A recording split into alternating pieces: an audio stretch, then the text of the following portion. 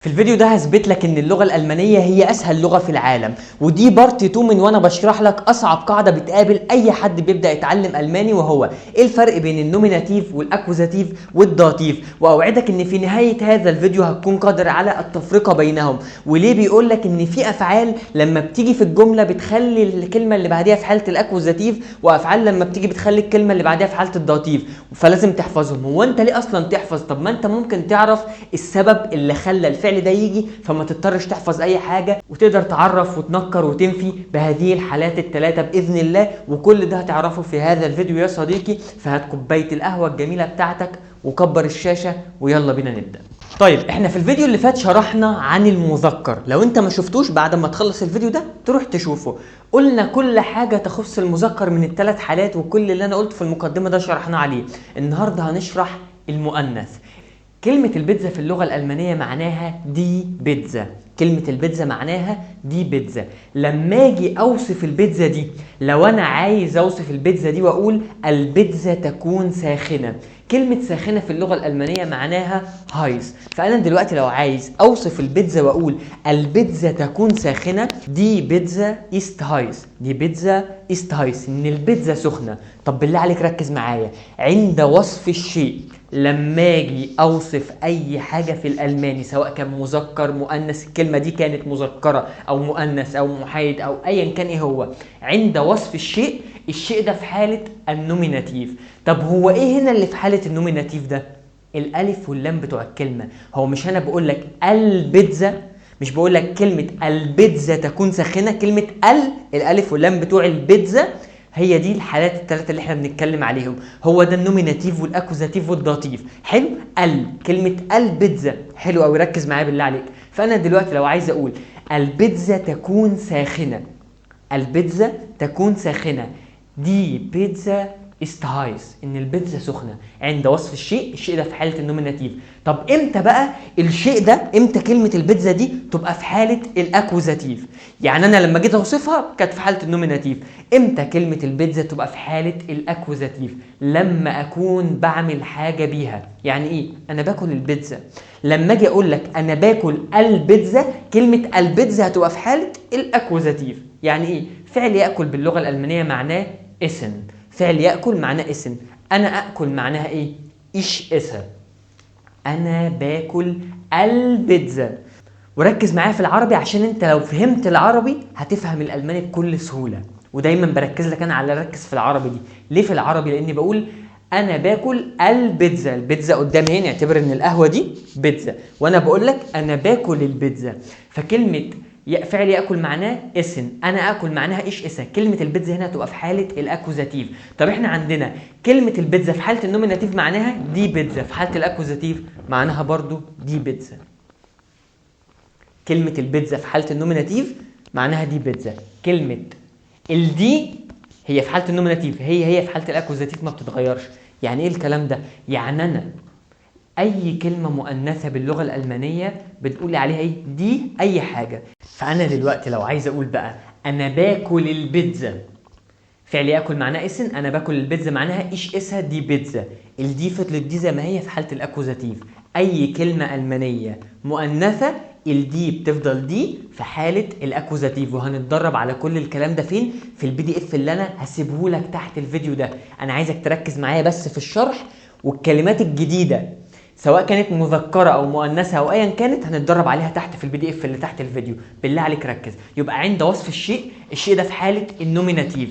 عند فعل الشيء بالشيء، لو انا معايا حاجه بعمل بيها حاجه، فالشيء ده في حاله الاكوزاتيف. زي انا باكل البيتزا، انا بعمل البيتزا. ركز في العربي، انا بعمل البيتزا، فعل يعمل معناه مخن، انا اعمل معناها ايش مخا. لو عايز اقول انا بعمل البيتزا هتبقى ايه؟ قول لي تحت في التعليقات، وقف الفيديو وقولها لي تحت وتعالى نكمل. حلو قوي كده.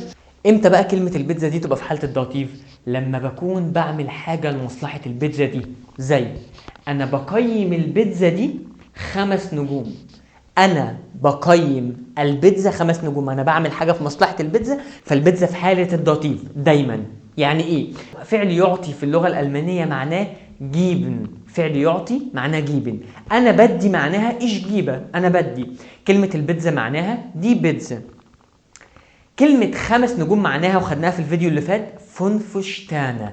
كلمة فنف معناها 5، رقم 5 معناه فنف، وكلمة شتانة معناها نجمة. فنف شتانة 5 نجوم. فأنا لو عايز أقول أنا بدي البيتزا 5 نجوم، أنا بعمل حاجة في مصلحة البيتزا، إني بقيمها ب5 نجوم، فالبيتزا في حالة الداتيف، فدي هتبقى دي دايما. دلوقتي لو أنا عايز أقول أنا بدي البيتزا 5 نجوم، ich gebe der Pizza 5 Sterne. Ich gebe der Pizza 5 Sterne. يعني أنا دلوقتي لما أجي أوصف أي حاجة باللغة الألمانية، الحاجة دي في حالة النوميناتيف دايما. أي حاجة لما أجي أعمل، لو عندي شيء بعمل بالشيء ده حاجة، الشيء ده في حالة الأكوزاتيف دايما، سواء كان مذكر مؤنث محايد أو أيا كان جنسية أمه إيه. لما يكون عندي، لو أنا عندي شيء بعمل في مصلحته حاجة أو بعمل لمصلحته حاجة، فالشيء ده في حالة الداتيف دايما، سواء كان مذكر مؤنث محايد بكل بساطة. طيب لو أنا عايز أقول أنا بدي لصاحبتي البيتزا والبيتزا تكون ساخنة، بالله عليك لا تركز معايا، ركز في العربي. أنا بقول إيه؟ أنا بدي لصاحبتي البيتزا. مين المستفاد في الجملة دي؟ صاحبتي. ومين اللي بيتعمل بيه الفعل؟ البيتزا. انا بدي لصاحبتي البيتزا، المستفاده في الجمله دي اللي هتاكل صاحبتي. ومين اللي بيتعمل بيها الفعل؟ البيتزا. خدتها اديتها لصاحبتي. تعال نكون الجمله دي بالله عليك. كلمه صاحبتي معناها meine Freundin. لو فعل يعطي كان معناه ايه؟ جيبن. انا اعطي ich gebe. انا بدي لصاحبتي، المستفاد صاحبتي. ich gebe meine Freundin die Pizza. انا بدي لصاحبتي البيتزا والبيتزا سخنه. كلمه البيتزا ساخنه معناها ايه؟ انا بوصف البيتزا دلوقتي، ففي حاله النوميناتيف هتبقى دي بيتزا است هايس. فتعالى بالله عليك وقف الفيديو وكونها لي تحت في التعليقات. لو انا عايز اقول انا بدي لصاحبتي البيتزا والبيتزا تكون ساخنه، مين اللي مستفاد في الجمله دي ومين اللي بيتعمل بيه الفعل؟ وقف الفيديو وقولها لي تحت في التعليقات. تعالى كمل الفيديو عشان انا هجاوب عليها دلوقتي. يبقى انا دلوقتي لو عايز اقول انا بدي لصاحبتي البيتزا، ich gebe meine Freundin die Pizza und die Pizza ist heiß. أنا بدي لصاحبتي البيتزا والبيتزا تكون ساخنة. صاحبتي المستفادة في الجملة دي، فصاحبتي في حالة الداتيف، والبيتزا اللي بتعمل بها الفعل فالبيتزا في حالة الأكوزاتيف بكل بساطة. أنا هنا من شوية كنت بقول لك إيه؟ كلمة البيتزا كان معناها إيه؟ دي بيتزا صح؟ طب كلمة بيتزا عادية معناها eine Pizza. eine Pizza معناها بيتزا عادي. البيتزا دلوقتي هنا نكره مش معرفه، انا مش بشاور على البيتزا وبقول لك ولا نتخيل ان دي البيتزا، تمام؟ انا مش بشاور عليها بقول لك البيتزا تكون ساخنه، انا مش بقول كده. انا بقول لك ايه؟ بيتزا. بيتزا عادي، ما قلتش الف ولام. انا في الجمله دي ما قلتش الف ولام، ما قلتش دي، انا بقول ايه؟ بيتزا. فكلمه بيتزا عاديه معناها eine Pizza. حلو قوي كده. مثلا لو عايز اقول لك هنا في بيتزا، انا ما عرفتش البيتزا والبيتزا مش قدامي وشاورت عليها، فبقول لك ايه؟ انا بقول هنا في بيتزا عادي. هنا احنا عندنا بيتزا، هي است eine بيتزا. هنا في بيتزا، انا ما عرفتش البيتزا. انا البيتزا دلوقتي ايه؟ نكره، البيتزا مش قدامي وبشاور عليها، انا بقول لك ايه؟ هنا في بيتزا. فالبيتزا هنا في حاله النوميناتيف. حلو قوي كده.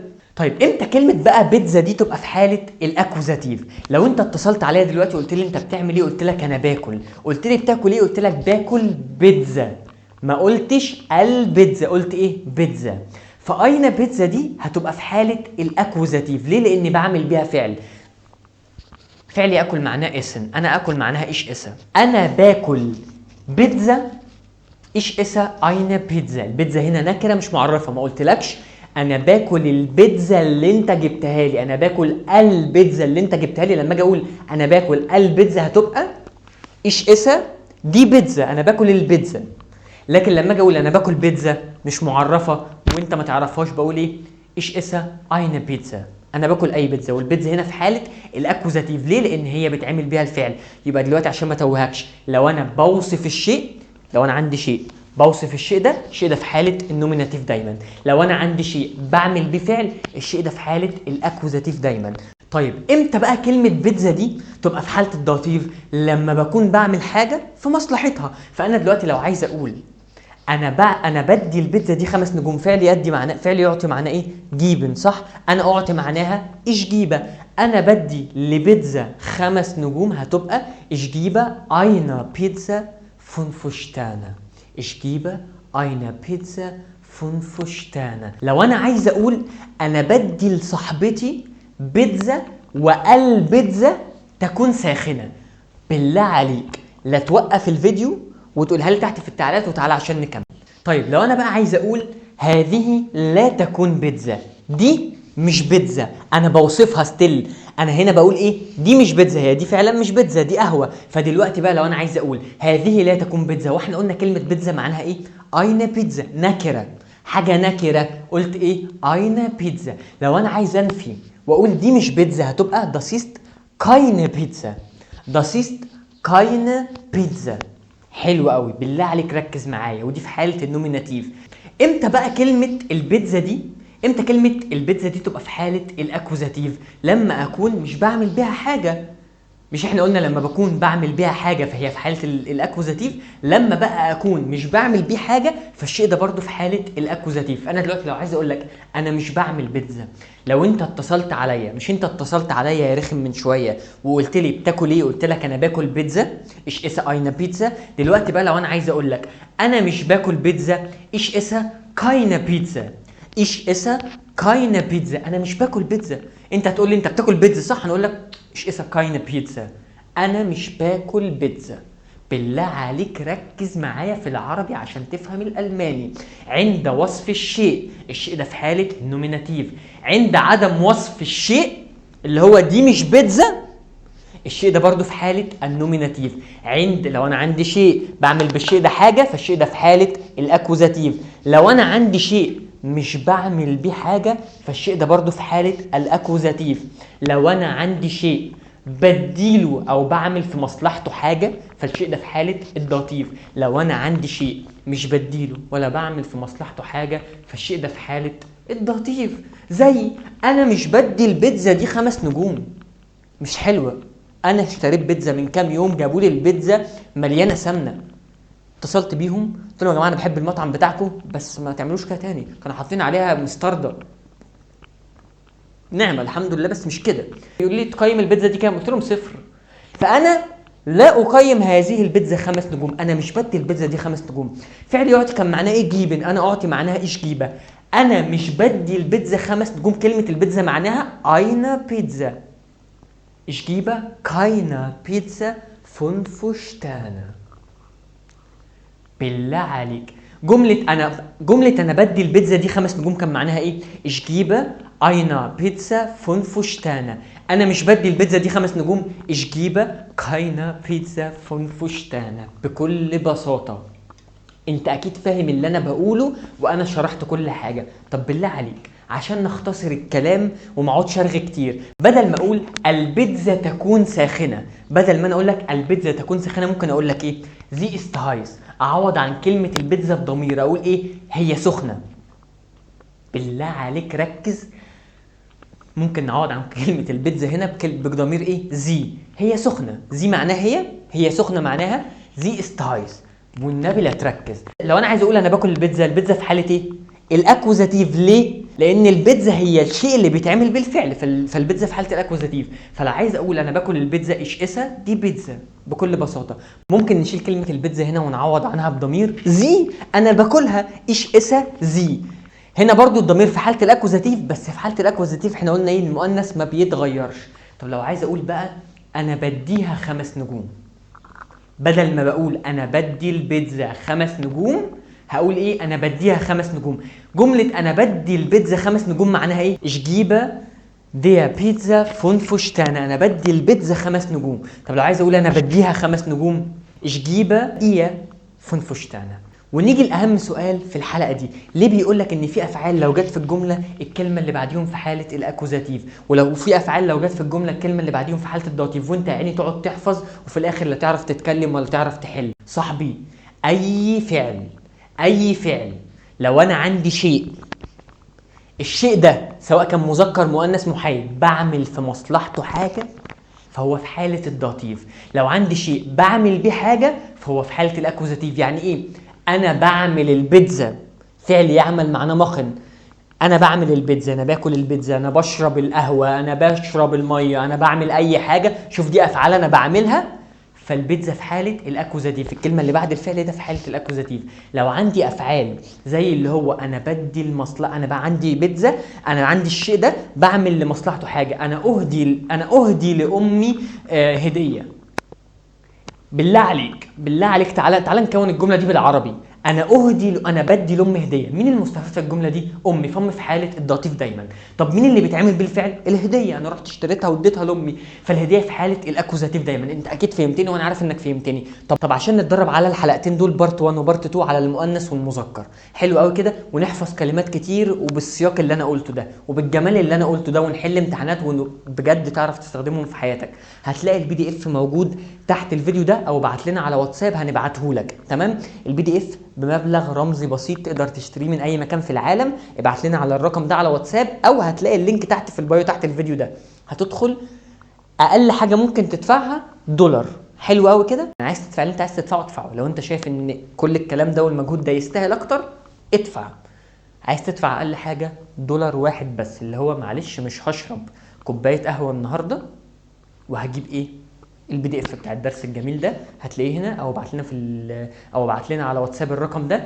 وانت بتبعت لنا على واتساب اسالنا على الكورسات، قول لنا هو من A1 ل B1 بكام، او ايه التفاصيل. هعمل لك خصم 50% على كل الكورسات من A1 ل B1. لا وثانيه، وهخليك تشوف اول حلقه من الكورس مجانا كمان. انا كده مروق عليك، وانا عارف ان انا مروق عليك. ما تنساش تصلي على النبي صلى الله عليه وسلم، وتدعي لاهلنا في غزه وفي السودان. والفيديو ده لو وصل لاكبر عدد تفاعل، معرفش هيبقى كام، هنزل بارت 3 منه وهو المحايد، ونتدرب بقى على كله في نفس الحلقه. سلام.